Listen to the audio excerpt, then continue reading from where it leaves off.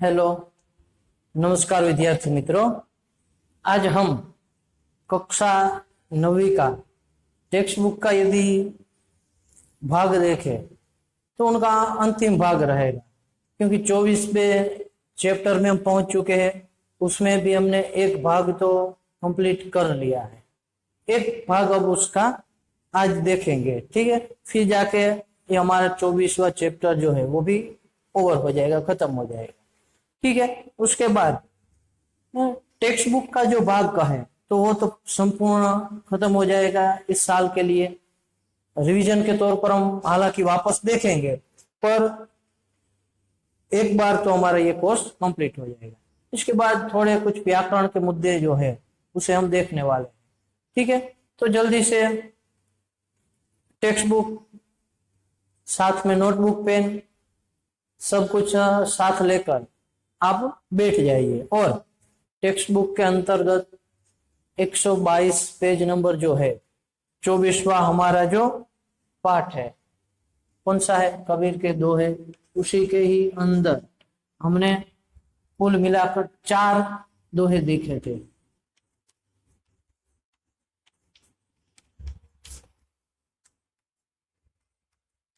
कबीर जी के ये दोहे दिए गए, जो कि दोहा जो है वो एक अलग प्रकार का साहित्य है, जिनके कारण हिंदी साहित्य में एक विशेषता है वो कही जा सकती है। ऐसे ये हमारे दोहे का स्वरूप है। कबीर जी के बारे में हमने बहुत परिचय प्राप्त किया हुआ है कि वो संत साधु प्रकृति के व्यक्ति थे, भक्तिकालीन थे, साथ में उनके जन्म को लेकर, उनके परिवार को लेकर और इसके अलावा उनके साहित्य को लेकर भी हमने बात की थी कि जुलाहा दंपति से उनका पालन पोषण होता है, विधवा ब्राह्मणी के जन्म के कारण त्याग देते हैं। कमाल कमाली लोई वो उनका परिवार, फिर अलग अलग व्यक्तियों से अलग अलग जगहों पर घूमकर उन्होंने ज्ञान हासिल किया हुआ था। तो यह सब कुछ दिया गया था। और इसके बाद देखें तो उनकी जो वाणी है, उनकी भाषा के लिए भी बात की, सधु पड़ी खिचड़ी भाषा कही जाती है। और फिर उसकी वाणी को लेकर, यानी उन्होंने जो कुछ भी कहा हुआ है, बीजक नामक संग्रह है, उसमें सब कुछ रहा हुआ संग्रहित है। 3 भाग उनके हैं, साखी शब्द रमेनी, उन तीनों भागों में ये सब संग्रहित किया गया है, ठीक है। और अब मैं वापस आपको जो हमारे 4 दोहे हुए थे उसे एक बार दोहरा देता हूँ, बोल देता हूँ, ठीक है। जल्दी एक बार सुन लीजिए उनका पूरा अर्थ, फिर जाके 5वें दोहे से हम शुरू कर रहे हैं। पहला देखा था कि कस्तूरी जो है, सीधा अर्थ ही बता रहा हूँ, ठीक है, ध्यान रखिएगा, ये तो नोट कर ले कहीं कहीं आपको न पता हो। कस्तूरी जो है वो मृग की नाभि में होती है, पर मृग उसे पूरे वन में है, वो ढूंढता रहता, देख नहीं पाता है। ऐसे ही प्रत्येक हृदय में, प्रत्येक घट में है वो राम है, पर दुनिया उसे नहीं देख पाती है। तो यहाँ कहे तो बाहरी दिखावा के बजाय हम अपने भीतर क्या रहा हुआ है उनकी बात के ऊपर खास तौर पर गौर किया गया है।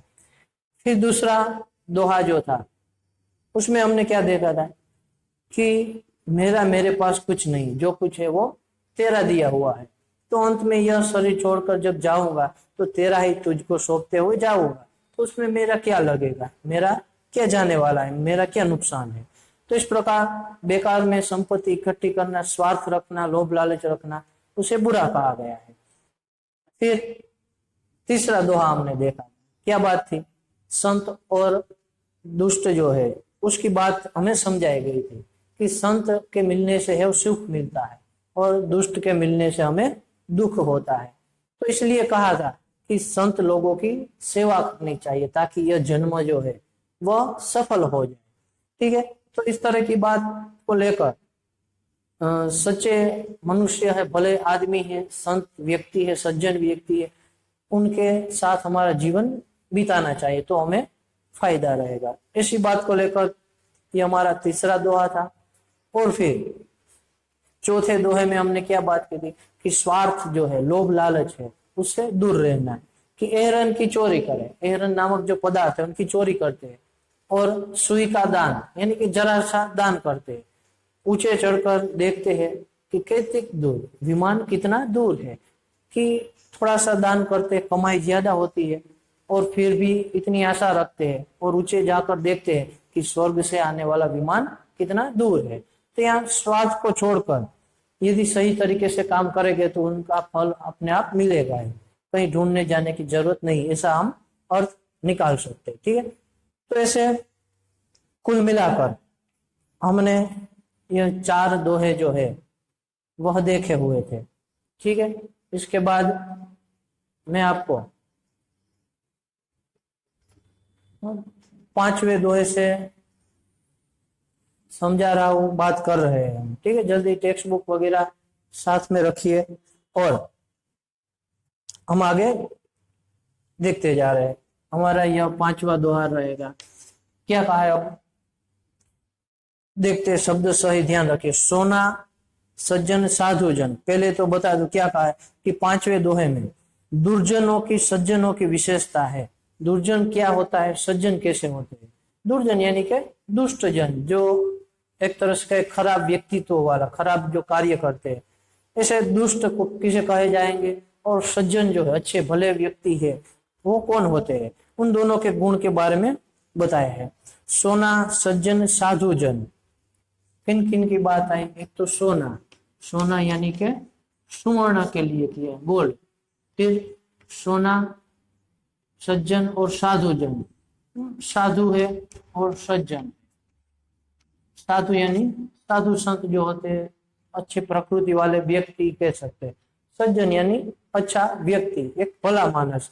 तो सोना हो, सुवर्ण हो, साधु हो या तो सज्जन हो, वो टूटी जुड़े 100 बार, जुड़ते हैं, ऐसा अर्थ निकाले तो हम।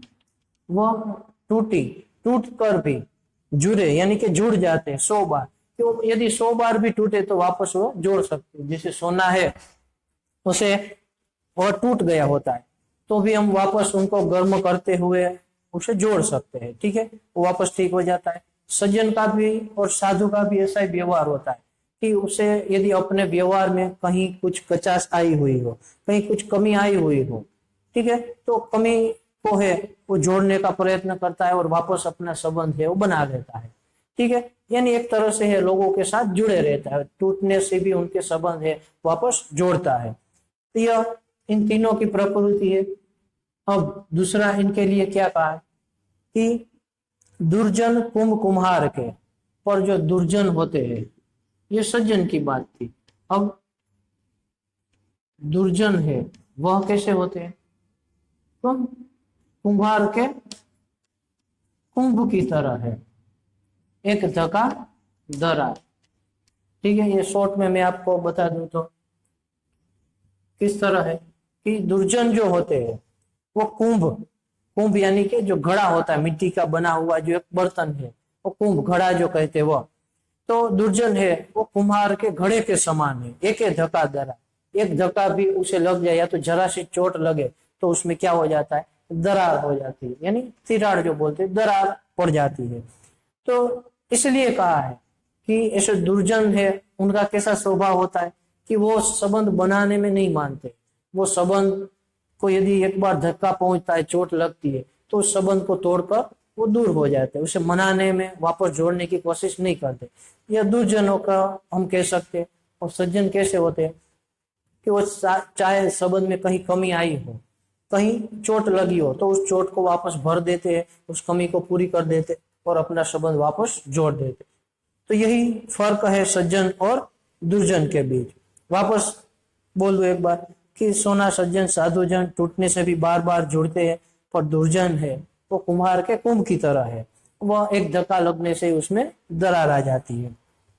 छठा दोहा जिसमें क्या कहा है कि दूसरों की संपत्ति देखकर दुखी होने के बजाय ईश्वर ने हमें जो दिया है उसमें संतोष रखना चाहिए।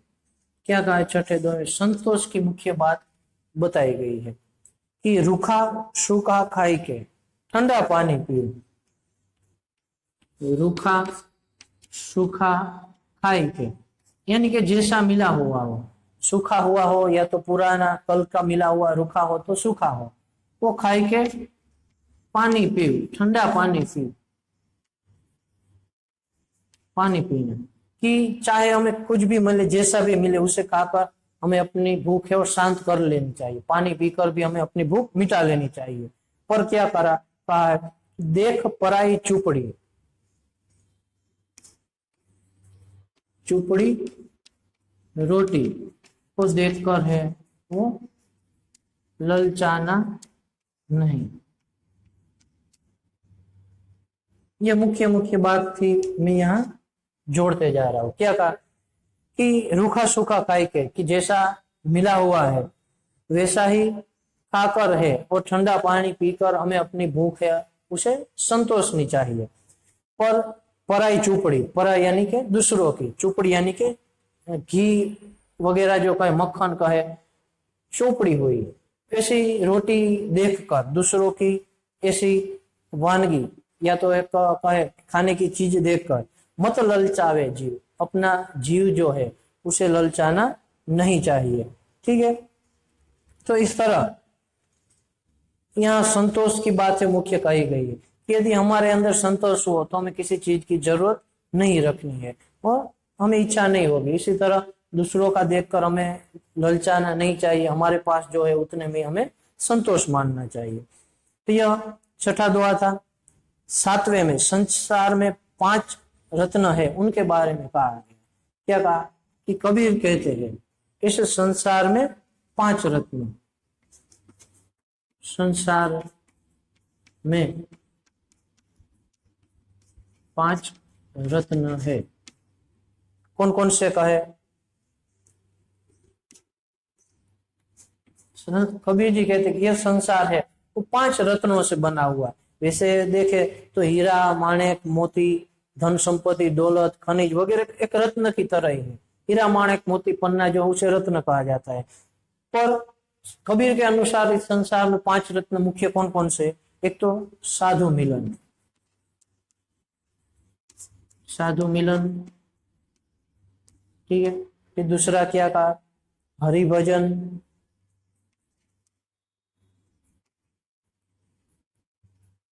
ठीक है, साधु मिलन, हरि भजन।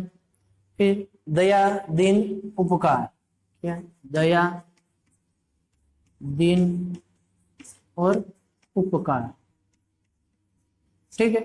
इस प्रकार के ये 5 है, 1 2 3 4 और 5।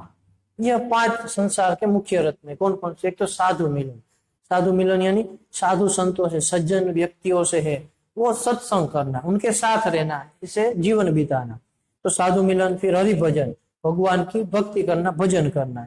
फिर दया रखना, दूसरों के ऊपर एक दया भाव दिखाना।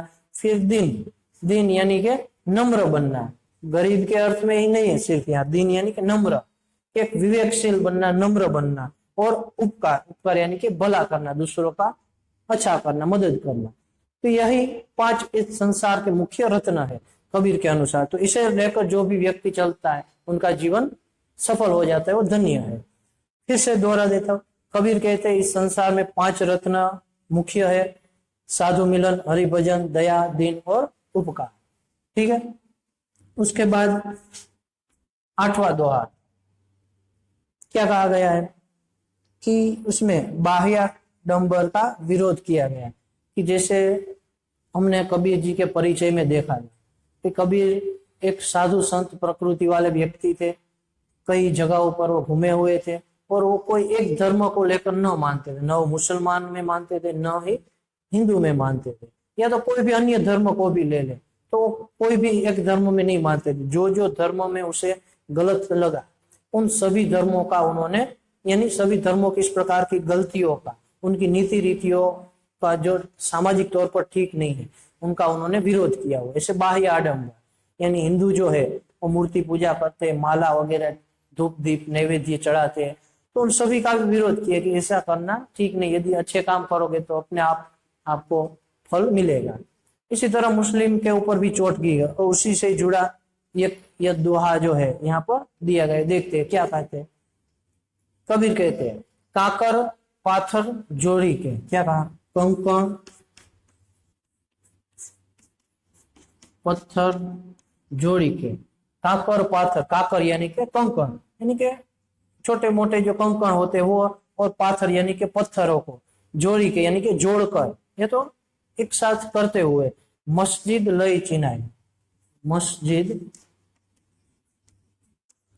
चिनाई यानी कि बनाई, वैसे मैं यहाँ लिख रहा हूँ, चिनाई यानी बनाना, कि काकर पत्थर को जोड़ते हुए मस्जिद है वो बनाई गई। ता चढ़ी मुल्ला बांग दे, फिर क्या कहता है, ता चढ़ी वहां चढ़कर मुल्ला, अब ये देखने की बात है, मुल्ला बांग देता है, बांग दे,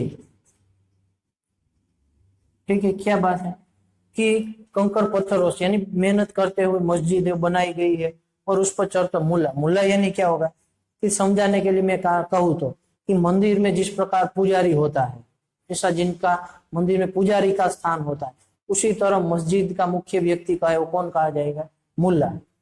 तो इसी तरह क्या कहते हैं कि मस्जिद बनाकर फिर मुल्ला उसमें बांग देता है। बांग देना यानी क्या है कि जोर से पुकारना, खुदा की एक तरह से बंदगी करना, तो ये बांग देना कहा जाता है, जोर जोर से पुकारना। जैसे कि हम देखते हैं कि लाउड स्पीकर वगैरह लगाकर है तो जोरों जोरों तक अपनी नमाज है सुनाई देती है, एक बांग है वो पुकारते हैं। तो यह कंकड़ पत्थर को जोड़कर फिर मुल्ला है वो बांग दे रहा है, क्या बहिरा हुआ खुदा है उस पर, कबीर जी, मैं नहीं कह रहा हूं, ठीक है, ये कबीर का कहा हुआ है। और यह एक जो गलत व्यवहार है, एक जो बाह्य आडंबर है, उन पर एक चोट की गई है। क्या कहते हैं कबीर कि क्या खुदा बहरे हो गए हैं, ठीक है, ऐसा वैसे कहा गया, क्वेश्चन मार्क तो नहीं पर ऐसा ही कहा गया है कि काकर पत्थर जोड़कर मस्जिद बनाई गई और उस पर चढ़कर मुल्ला है वो पुकार रहा है, बांग दे रहा है, तो क्या खुदा बेहरा हो गया, यानी ऐसे जोर जोर से पुकारने से कुछ फायदा नहीं है। अच्छे कर्म करेंगे, चाहे कोई भी धर्म का व्यक्ति हो, कोई भी हो, अच्छे कर्म करेगा, हृदय पवित्र होगा, मन उनका शुद्ध होगा, दूसरों का भला करेगा, तो अल्लाह भी उनका बेड़ा पार करेगा और भगवान भी उनको सही राह दिखाएगा, ठीक है। तो यही बात को लेकर हिंदू और मुस्लिम दोनों धर्म के जो लोग थे उनकी जो गलत बातें हैं, यह तो बाह्य दिखावा है, उन पर चोट की गई है, ठीक है। तो यह एक बात भी बताई गई है। फिर हम 9वें दोहे की बात करें तो उसमें क्या मुख्य बात है कि सुख में भी भगवान को याद करें तो दुख हो ही क्यों, क्या कि हम क्या करते हैं कि दुख के वक्त याद करते, सुख में भगवान को याद नहीं करते। तो कबीर यहाँ क्या कहते हैं कि सुख में भी भगवान को याद करें तो दुख आएगा ही नहीं। देखते शब्द सब क्या कहा हुआ है कि दुख में सुमिरन सब करे, सुख में करे ना कोई, क्या कहा, दुख में, पहले तो दुख में सुमिरन, सुमिरन यानी क्या होता है, स्मरण यानी याद करना, भजन करना, भक्ति करना, दुख में सुमिरन करना, सुख में नहीं, दुख में सुमिरन करते हैं पर सुख में नहीं। दुख में सब भगवान को याद करते हैं, उनका स्मरण सभी करते हैं, सुख में कोई नहीं करता। जो सुख में सुमिरन करे तो क्या होगा, दुख काहे को होए,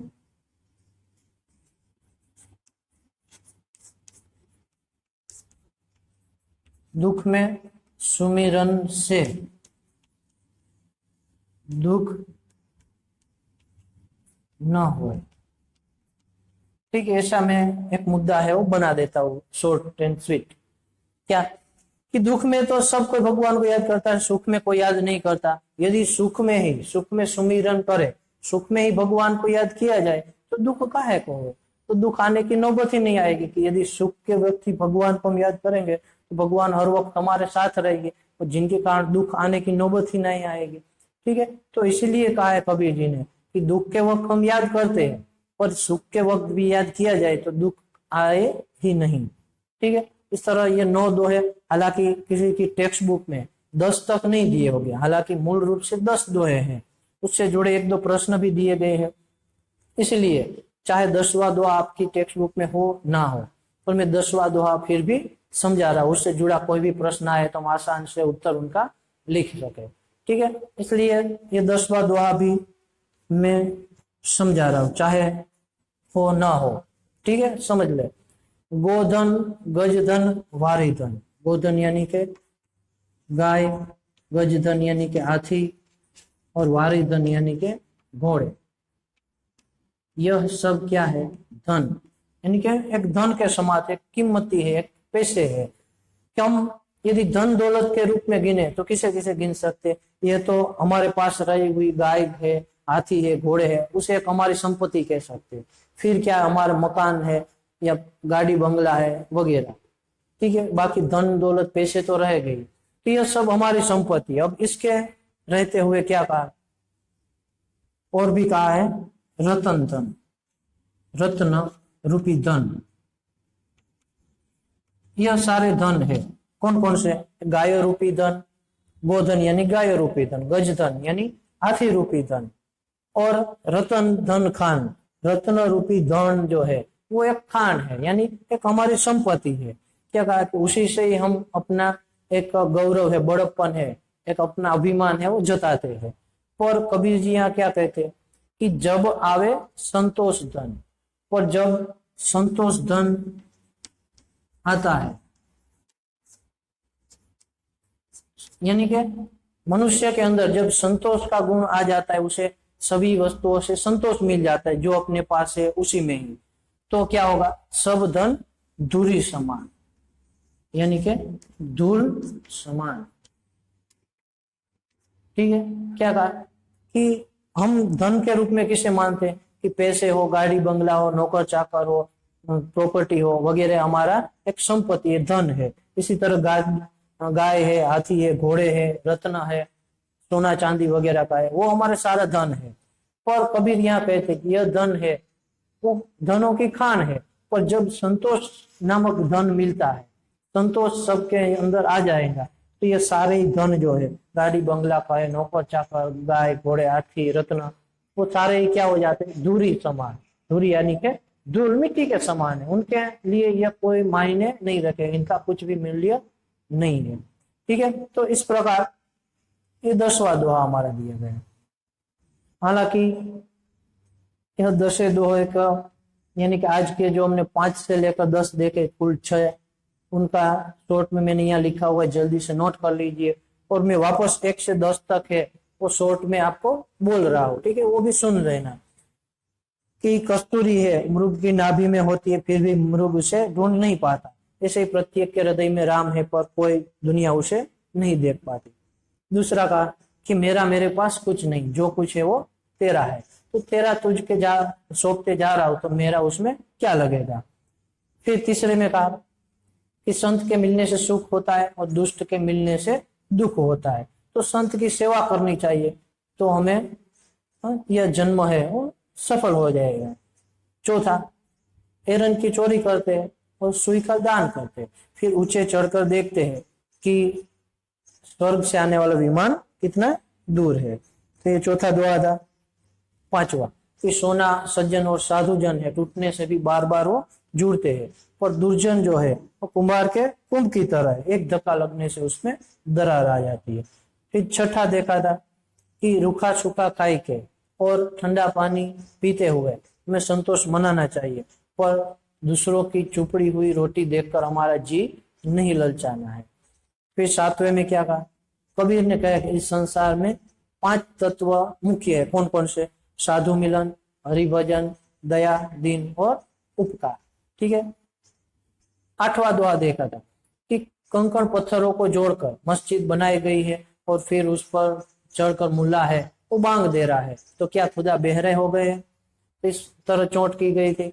और फिर 9वां दुआ है कि दुख में सब भगवान को याद करते, सुख में कोई याद नहीं करता।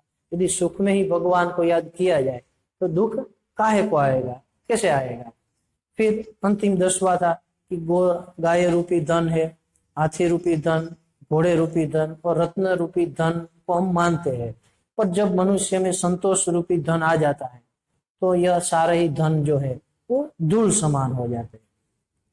ठीक है, तो यह रह गए हमारे 10 दोहे। और यही रहेगा हमारा 24वां पाठ। ठीक है, और हम यहाँ अपना कोर्स भी खत्म करते हैं। हालांकि ये दोहे है, उसे जो है बहुत अच्छी तरह से गा भी सकते हैं। ठीक है, एक आध मैं प्रयत्न करता हूँ, तब तक ये आप नोट कर लीजिए। ठीक है, थोड़ा इधर उधर हो, क्योंकि मैं गायक तो हो नहीं, पर मुझे ठीक ठाक कुछ दोहा एक आध गाना शायद हो सकेगा, तो कोशिश करता हूँ। थोड़ी भूल हो जाए, इधर उधर हो जाए, तो उसे दिमाग में मत रखिएगा, निकाल देना। ठीक है,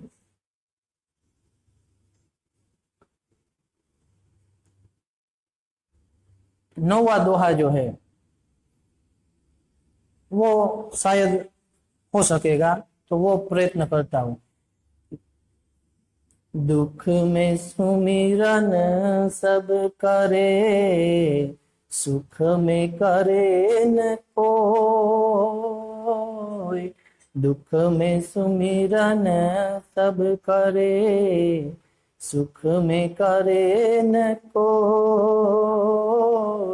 जो सुख में सुमिरन करे, तो दुख काहे को होय कबीरा, दुख काहे को होय। ठीक है, वैसे इस प्रकार हम गा सकते हैं।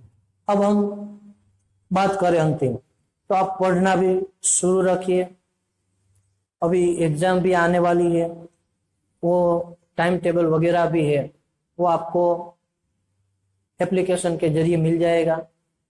ठीक है, तो उसे भी ध्यान में रखते जाइए, पढ़ते जाइए, तैयारी करते जाइए, और साथ साथ हमारा जो ज्ञान का स्तर है, एक समझदारी, उसे भी बढ़ाते जाइए।